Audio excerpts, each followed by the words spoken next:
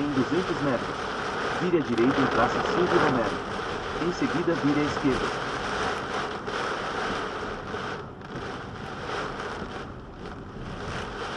Vire à direita. Em seguida, vire à esquerda em Praça Silvio Romero.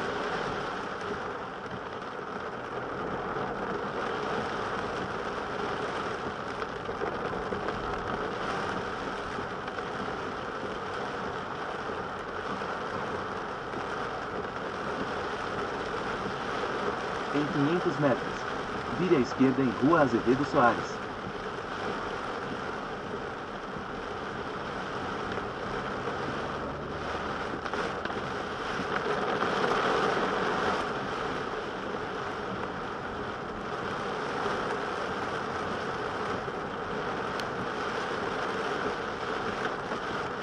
Em 300 metros, vire à esquerda.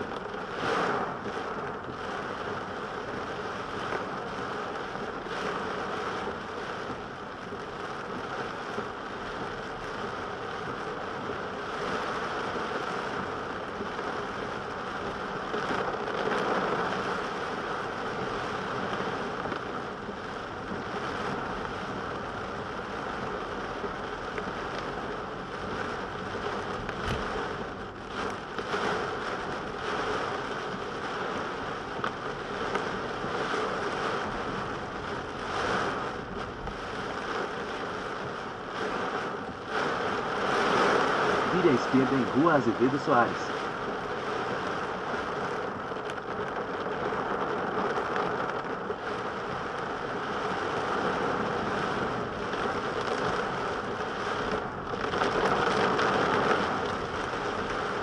Em 1,2 km, você chegará em Rua Azevedo Soares, 1585 Vila Gomes Cardim.